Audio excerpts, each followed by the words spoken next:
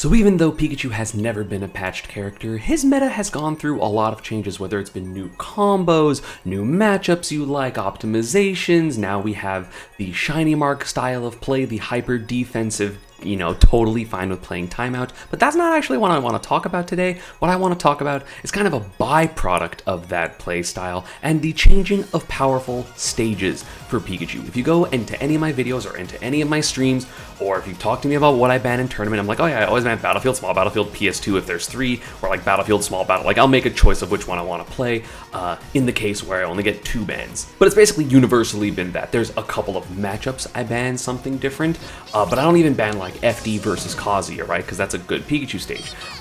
So recently though, I have obviously been talking to H4 and Shiny Mark, and they've been like, yeah, like I don't mind Battlefield that much. Like I actually prefer Battlefield and Small Battlefield over some other stages just universally. And while I think they're crazy, it happens to make a lot of sense. So let's talk about the differences and why they like those stages compared to me, and basically what the benefit of those stages is, which realistically this just means that every stage is good for Pikachu, because I think obviously the flat stages, FD, Town, Smashville, Kalos are very good for Pikachu. I think Hollow Bastion is very good, even though I don't think all of us have played on it that much, just because it's the newest stage that's been legal, and sometimes it's not legal at a lot of tournaments.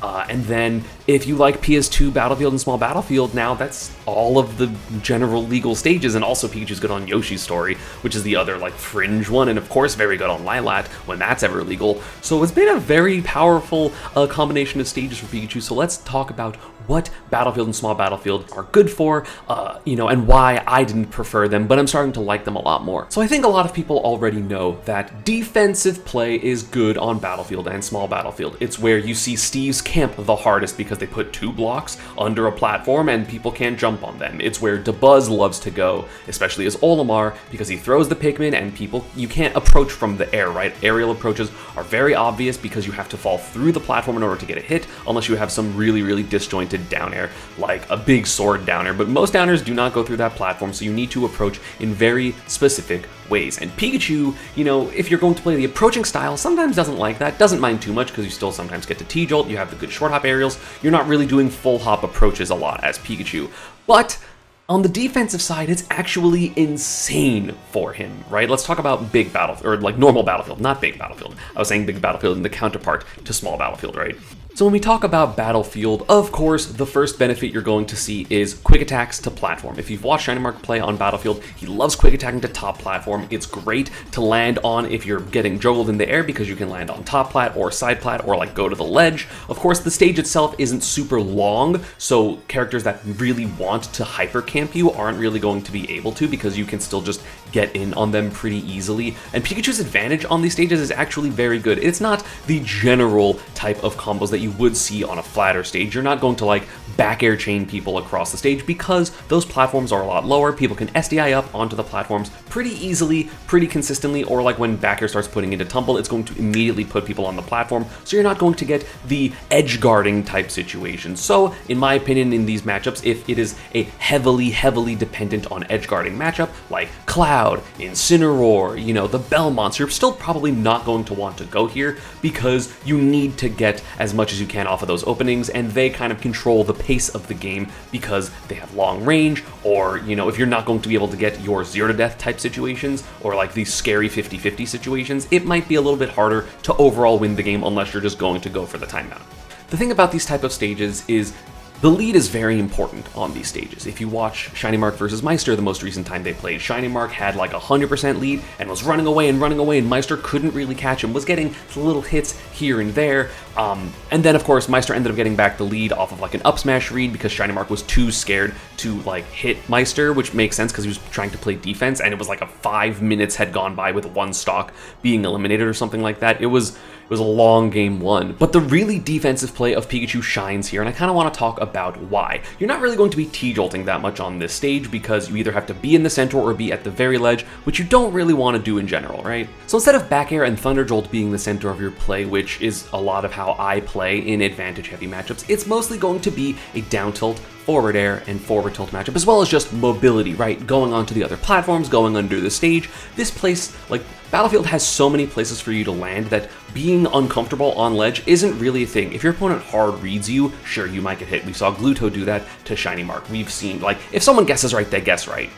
Like, if you're going to go to top lane and they're ready, they're just going to jump and up air you. But typically getting jumped and up aired isn't going to be as bad of a position for Pikachu than consistently getting hit on ledge, or even getting hit in neutral for going for something aggressive, like a back air on a Cloud that's going to up smash you, you know what I'm saying? So the unique thing about this stage being Battlefield, Small Battlefield, and by extension Hollow Bastion, because the platform is the same height, is short hop forward air hits the entire platform. If you do a short hop instant forward air, it hits the platform, it hits the feet of your opponent and gets the final hit, unlike other stages which either doesn't hit at all, or it only hits the first couple of hits and does not hit the last hit because you start falling too soon, meaning that you can't get the final hit, which means it's not reliably going to actually hit your opponent. You have to more so rely on up air. Of course, you can short hop up air on this stage and like kind of juggle and poke for damage and just strong advantage over time, but forward air being a thing on those platforms is really good because if people try to air dodge to the platforms or land on the platforms regardless, instead of landing on the stage and trying to get like avoid forward smash or dash attack or down smash or whatever landing trap you have, forward air is still your strongest killing aerial overall, so you get to hit that pretty solidly. Of course, you can forward air people trying to approach onto you, you can down tilt people trying to approach onto you on the ground, and of course, short hop forward air hits the ground against most characters, so it's a ground and aerial kind of go away from me tool, and the only way to really beat it is to either bait it out and be super ready for the punish, because it's actually very hard to punish that move because forward air has like so little time between the activity and your auto cancel window, and of course you can pull back and stuff, which is super good. So that's always going to be really difficult to handle for characters, or they just like beat it out with range, in which case they're committing to a move to try to hit the forward air, and if you don't hit the forward air and you're a little more passive, then you then punish them with forward air or dash attack or grab or whatever big combo starter you want to get, or if it's not a big combo starter, just a hit, and then you hit people into advantage, and then you play the slow and steady advantage game from there, and if you get someone on the ledge, sure, fantastic, you get to pressure from there. One of the biggest issues I still have with this stage is Pikachu's ledge trapping is good in general, right, but a lot of the broken stuff with it comes from Thunder Jolt because it forces people off the ledge and you get to cover a lot of options really easily. There isn't really a wait option, which is the broken thing on ledge, is if you wait and someone commits to an option to try to cover stuff, you get up attack them, or you time whatever you're doing to get around that move. You can't really do that on Battlefield because you can't reliably Thunder Jolt the ledge because you have to go all the way back to the center of the stage, or you're doing it like from platform, in which case your opponent can just roll and they're fine. So if that's the case, you're playing a more normal ledge trap, which again, Pikachu still has fine tools for that. You still have forward smash, you still have forward air, you can react and stuff with back air, but a lot of the times in this, you're going to be giving up ledge jump, which then the next step is, yeah, be okay with giving up ledge jump and just play the juggle game like you were doing before you got someone to ledge. And personally, I prefer to just try to keep the people off stage and on ledge, because if eventually they get hit hard enough off ledge, they are put into pretty much no-win positions or very hard to win positions to even make it back to stage because of Pikachu's amazing edge guarding.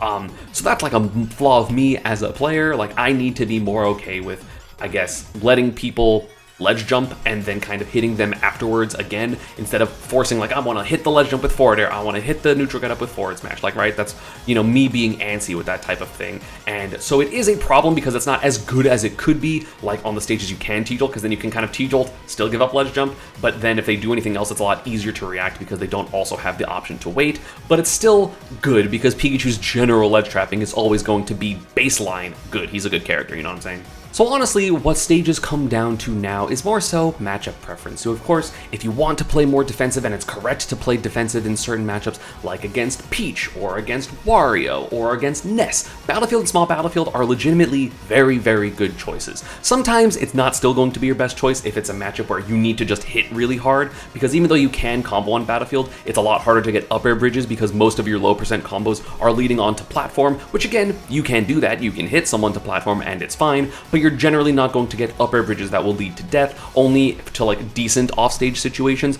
but it's not quite the same thing. If an up air bridge is necessary for this matchup, it's not necessarily going to be good. But a matchup that people need to, full hop and kind of play evasive in that way against Pikachu, Battlefield and Small Battlefield are going to be very good because the full hops are going to be less effective. I actually did notice this a long time ago versus Mars's Zero Suit Samus, like pre-pandemic, when he was very much so like a top 5 player in the world. I took a couple games on Battlefield Battlefield when I was still very, very, like, I don't like the stage, but I disliked other stages more that I ended up banning against him. If it's a stage that someone is going to play hard timeout against Pikachu, I think Pikachu is great at catching them because he's able to poke on the platforms, he's able to Thunder Jolt landings if they need to stay center, and if they don't want to go center, you have the ability to poke with forward air. So again, against characters like Zerasuit and Wario, it's going to be very effective. Against characters like Wolf, I think it's also good, even though Wolf is more so a short hop type of character, but if Wolf is only short hopping, then you're still eliminating the chance of more full hops, which means you can up air a little bit more aggressively, so it changes how the RPS works in those matchups. If a matchup is still very Thunder Jolt heavy, obviously FD, Town, and Smashville are going to be great because it's a lot harder to deal with Thunder Jolt on those stages because they're just always going to be there, and if there's not the platforms to retreat to really effectively, Pikachu's just going to kind of get his offense going. So I feel like Battlefield and Small Battlefield in general have just become, as the meta has shifted with Pikachu into sometimes you have to play a little bit more passive of an advantage because people aren't giving up those big mistakes as often anymore, you kind of just take your hits and then leave and be able to play defensive. In my opinion, it's very, very strong for Pikachu still. Again, I personally still prefer FD Town, you know, those type of stages, Kalos, of course. But Battlefield and Small Battlefield are very good. They have the smallest size under the stage, so it's easy to go under them if you need to, you know, not get two-framed against characters like Sonic. Or just, you know, two-framing is one of Pikachu's weakest things in general, and I feel like Battlefield and Small Battlefield honestly complement a more defensive playstyle of Pikachu very well, because again, how do you approach someone under a platform that is small and mobile, and of course, has quick attack, right? You can always dash a little bit farther back, and then you don't have to contest with every hitbox that's coming around you from like barely the edge of the platform. You can just back up, quick attack, or back up entirely, go under the stage, and you're totally fine. So for all of the defensive Pikas that have come to me talking about, oh, Esam, where do I counterpick in these matchups? Or like, where do I ban? And I've always just said, ban Battlefield, Small Battlefield. My bad. It's actually pretty good for Pikachu. You just have to learn the different combo routes. You have to learn how to utilize forward air instead of back air more in neutral. You know, you have to learn to play a T-Jolt-less game, or, you know, less T-Jolt heavy, because you really just don't have the space to on Battlefield and Small Battlefield just because of where the platforms are. It's why I still like PS2 more than Small Battlefield, because it's a little easier to use T-Jolts because the platforms are smaller, the stage is wider, so there's more literal space where T-Jolt is good. So I don't know, I mean, let me know in the comments below what stages, if you're a Pikachu player, that you like, or what stages when you play against Pikachu do you hate playing, because Pikachu I feel like is just good basically everywhere. It's just now we need to know what matchups and what playstyles we want to use the stages on in a correct way. Again, I don't really think there's a necessarily wrong option, because Pikachu can always win on every stage because he just has the tools and he's an absurdly broken character, which y'all will see at the end of the tier list ranking, by the way. But yeah, Pikachu's busted, he's not going anywhere, Shiny Mark busted, Esam busted, H4 busted. And honestly, there have been a lot of Pikachus that I've just seen in tournaments be doing decently well. I know that DM just made top 8 at Shine. There was other Pikachus like G Extreme, who again, both of those are like Pikachu as well as a different main, such as Steve or Aegis. I know Neroz and Enki, of course, have been doing well. So yeah, I mean, there's just a lot of Pikachus. The Pikachu renaissance is kind of here, hopefully. I mean, 3 top Pikachus is pretty good. It's more than I've ever had in any game ever, because it's always kind of been 2 for the most part, and like one person will do well occasionally, like very occasionally, like in Brawl it was me and Anther, and then sometimes like Z would do well, or if I think Nakat played Pikachu at some point, he did. Oh no, it wasn't. And then in Smash 4 it was largely like myself and Captain L, and now in this game, I mean, for a while it was me and Captain L, then it was just kind of me, and now it's me, Shiny Mark, and H4, so we're in a pretty good spot, relatively. The Pikachus will be winning majors soon, and y'all will see how busted he truly is. Have a good one. Peace.